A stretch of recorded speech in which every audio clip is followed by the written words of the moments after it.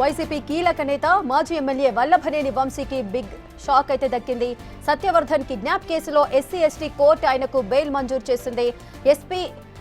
SC ST కేసుల ప్రత్యేక న్యాయస్థానంలో మూడోసారి వల్లభనేని వంశీ బెయిల్ పిటిషన్ దాఖలు చేశారు. ఇరువైపులా వాదనలు విన్న న్యాయస్థానం వంశీకి షరతులతో కూడిన బెయిల్ మంజూరు చేసింది.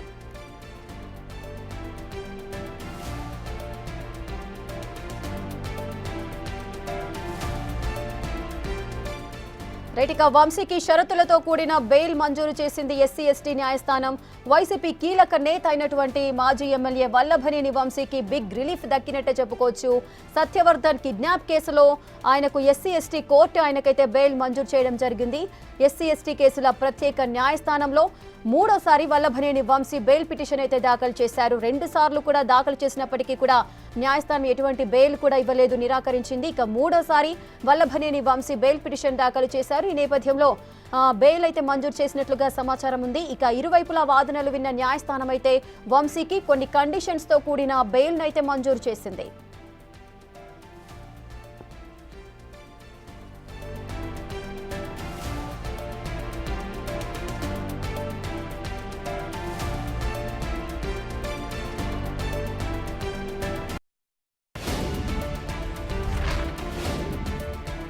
రెడీగా వైసీపీ కీలక నేత అయినటువంటి వల్లభనేని వంశీకి బెయిల్ మంజూరైనట్లుగా కూడా తెలుస్తోంది. దీనికి సంబంధించిన పూర్తి డీటెయిల్స్ మా ప్రతినిధి శివ అందిస్తారు.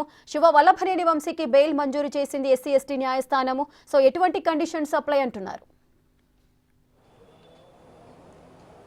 ఇక మొత్తం మీద చూసుకుంటే వల్లభనేని వంశీకి సంబంధించి మార్చి 13వ తేదీన ఆయన హైదరాబాద్లో విజయవాడకు సంబంధించిన సూర్యారావుపేట పోలీసులు ఆయన అరెస్ట్ చేశారు. ఎస్సీ ఎస్టీ కేసు నమోదైంది. ఏదైతే తెలుగుదేశం పార్టీ కేంద్ర కార్యాలయం దాడి ఘటనకు సంబంధించి సత్యవర్ధన్ అనే వ్యక్తిని కిడ్నాప్ చేసిన ఘటనకు సంబంధించి కూడా వల్లభనేని వంశీని అరెస్ట్ చేశారు. ప్రస్తుతం ఆయన దాదాపుగా 90 రోజుల పైగా కూడా విజయవాడ సబ్ జైల్లో రిమాండ్ ఖైదీగా ఉన్నారు. ప్రస్తుతం ఆయనకి సత్యవర్ధన్ కిడ్నాప్ కేసుకు సంబంధించి అనారోగ్య కారణం మూలంగా కూడా నిన్న ఆయనకు సంబంధించిన డాక్టర్స్ రిపోర్ట్స్ ఈరోజు ఉదయం చెప్పడం, ప్రస్తుతం జీజీహెచ్లో ఆయన చికిత్స పొందుతున్న నేపథ్యంలో కూడా ఏదైతే మెడికల్ గ్రౌండ్ నేపథ్యంలో కూడా ఆయనకు బెయిల్ మంజూరు చేసినట్లు కూడా తెలుస్తూ ఉంది.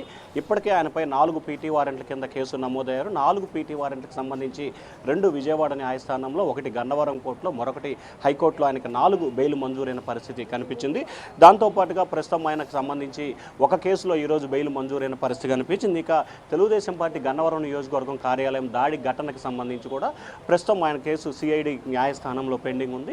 ఈ నెల 21వ తేదీన దానికి సంబంధించి బెయిల్పై తీర్పు వెలువరించే అవకాశం కనిపిస్తోంది.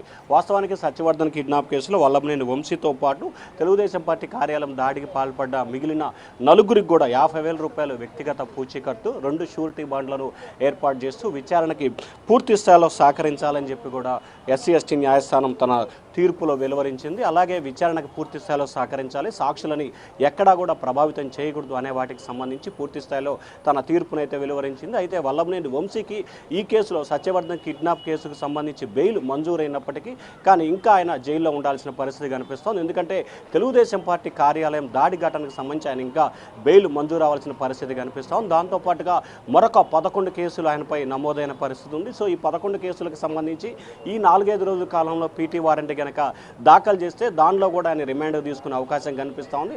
దాంతోపాటుగా అక్రమ మైనింగ్ వ్యవహారానికి సంబంధించి నిన్న మొన్న ఒక కేసు వెలుగులోకి వచ్చిన పరిస్థితి కనిపిస్తూ ఉంది. దానిపై కూడా సిఐడి పోలీసులు కేసు నమోదు చేసే అవకాశం కనిపిస్తూ ఉంది. ఆ కేసు కూడా నమోదు చేస్తే వల్లభనేని వంశీపై దాదాపుగా 12 కేసులు ఉన్నట్టు తెలుస్తూ ఉంది. సో ఈ 12 కేసులకు సంబంధించి కూడా ఒక్కొక్క కేసులో ఒక్కొక్క రోజు పీటీ వారెంట్పై కూడా ఆయన రిమాండ్ విధించే అవకాశాలు అయితే కనిపిస్తున్నాయి. మరి పోలీసులు ఏం చేయబోతున్నారు ఏంటి అనే ఉత్కంఠ అయితే కొనసాగుతుంది. ప్రస్తుతానికి సంబంధించి మొత్తం 5 కేసులు ఈ రోజు వరకు ఆయనపై 5 కేసుల్లో బెయిల్ మంజూరైంది. మరొక కేసులో అయితే మాత్రం ప్రస్తుతం ఆయన రిమాండ్ ఖైదీగా ఉన్నారు. 21వ తేదీన ఆ కేసుకు సంబంధించి అంటే గన్నవరం టీడీపీ కార్యాలయంలో A71గా ఆయన నిందితుడిగా ఉన్నారు. ఆ కేసుకు సంబంధించి బెయిల్పై ఈ నెల 21వ తేదీన తీర్పు వచ్చే అవకాశం కనిపిస్తూ ఉంది. రేఖ, శివ, అయితే 3 సార్లు ఆయన బెయిల్కి పిటిషన్ దాఖలు చేశారు, కానీ 2 సార్లు నిరాకరించిన సందర్భాలు ఉన్నాయి. మూడోసారి బెయిల్ మంజూరు చేయడానికి గల కారణాలు ఏంటి?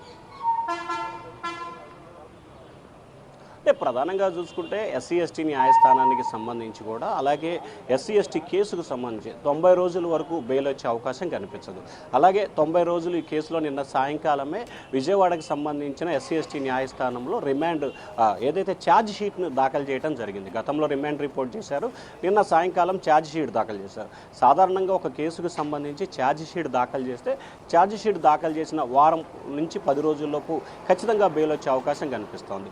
అలాగే ప్రధానంగా చూసుకుంటే వల్లభనేని వంశీకి సంబంధించి ఆయన ఈరోజు రిమాండ్ పొడిగింపు సందర్భంలో కూడా తన అనారోగ్యాన్ని, ఆయన పడుతున్న ఇబ్బందులు, శ్వాసకోశ ఇబ్బందులతో తాను ఇబ్బందులు పడుతున్నాను, మెడికల్ గ్రౌండ్ రియాలిటీని చూసుకొని బేరేజ్ వేసుకొని తనకు బెయిల్ మంజూరు చేయాలని చెప్పి ఆయన గతంలో జడ్జి ఎదుట చెప్పడం జరిగింది. ఈ రోజు ఉదయం కూడా చెప్పడం జరిగింది. సో ఒకవైపు ఛార్జ్ షీట్ దాఖలు చేయడం, అలాగే ఎస్సీ ఎస్టీ న్యాయస్థానం ఎస్సీ ఎస్టీ కేసుకు సంబంధించి 90 రోజుల తర్వాత బెయిల్ వచ్చే అవకాశాలు కొంత ఎక్కువగా ఉంటాం. అలాగే హెల్త్ గ్రౌండ్స్ రియాలిటీ ఈ మూడింటిని బేస్ చేసుకొని కూడా ఆయనకి బెయిల్ మంజూరు అంటే తెలుస్తూ ఉంది. రేఖ ఎస్ శివ, అయితే మొత్తం 12 కేసులు, ఇప్పుడు మొత్తం 5 కేసుల్లో బెయిల్ మంజూరైంది, ఇంకా 11 కేసులు పెండింగ్లో ఉన్నాయి. సో అన్నిట్లలో బెయిల్ వస్తేనే అతను బయటకు వచ్చే అవకాశాలు ఉంటాయా? ఈ బెయిల్కి సంబంధించిన ప్రొసీజర్ ఏ విధంగా ఉంటుంది? ప్రధానంగా చూసుకుంటే ఆయనపై మొత్తం దాదాపుగా నిన్న ఛార్జ్ షీట్లో పొందుపరిచిన దాని ప్రకారం మొత్తం ఆయనపై 17 కేసులు పెండింగ్లో ఉన్నాయి. ఈ 17 కేసులకు సంబంధించి ఈరోజు వరకు 5 కేసుల్లో బెయిల్ మంజూరైంది. 12 కేసులకు సంబంధించి కూడా ప్రస్తుతం ఆయనపై పెండింగ్ కేసులు ఉన్నాయి. అయితే ఈ 12 కేసులకు సంబంధించి ఒక కేసులో మాత్రమే ప్రస్తుతం ఆయన రిమాండ్ ఖైదీగా ఉన్నారు. ఏది తెలుగుదేశం గన్నవరం టీడీపీ కార్యాలయం దాడి ఘటనలో. సో అది పోతే ఇక 11 కేసులు ఉన్నాయి. ఈ 11 కేసులకు సంబంధించి ఆయన నిందితుడిగా ఉన్నారు, కానీ దాంట్లో ఆయన్ని అరెస్టు చేస్తున్నట్లు పీటీ వారెంట్ దాఖలు చేయాల్సి, ఏదైతే గన్నవరం అలాగే ఆగిరపల్లి హనుమాన్ జంక్షన్ పరిధిలో ఆయనపై కేసులు నమోదున్నాయి. సో ఈ కేసులన్నిటికి సంబంధించి కూడా ఒక్కొక్క కేసులో పోలీసులు కనుక పీటీ వారెంట్ దాఖలు చేస్తే ఖచ్చితంగా ఆయనకి రిమాండ్ విధిస్తారు. ఆ కేసులన్నింటిలో కూడా ఆయన బెయిల్ పొందాల్సిన పరిస్థితి ఉంటుంది. అయితే ఒక కేసులో ఈ రోజు నుంచి 21వ తేదీ వరకు కూడా, అంటే దాదాపుగా 7 రోజుల పాటు ఆయన విజయవాడ సబ్ జైల్లో రిమాండ్ ఖైదీగా ఉండే అవకాశం కనిపిస్తుంది. 21వ తేదీ కనుక గన్నవరం టీడీపీ కార్యాలయంలో బెయిల్ కనుక మంజూరు అయితే ఈ కేసులో పోలీసులు కనుక పీటీ వారెంట్ దాఖలు చేయకపోతే విడుదలయ్యే అవకాశం ఉంది. లేదు ఈ 11 కేసుల్లో కనుక పోలీసులు పీటీ వారెంట్ కనుక దాఖలు చేసినట్లయితే సో ఆ 11 కేసులకు సంబంధించి కూడా ఖచ్చితంగా ఎన్ని కేసుల్లో అయితే పోలీసులు పీటీ వారెంట్ దాఖలు చేస్తారో ఆ కేసులన్నింటిలో కూడా ఆయనకి బెయిల్ మంజూరు అయితేనే విడుదలయ్యే అవకాశాలు అయితే కనిపిస్తూ ఉన్నాయి. Rekha right, thank you Shiva, thanks for the live details. ఇక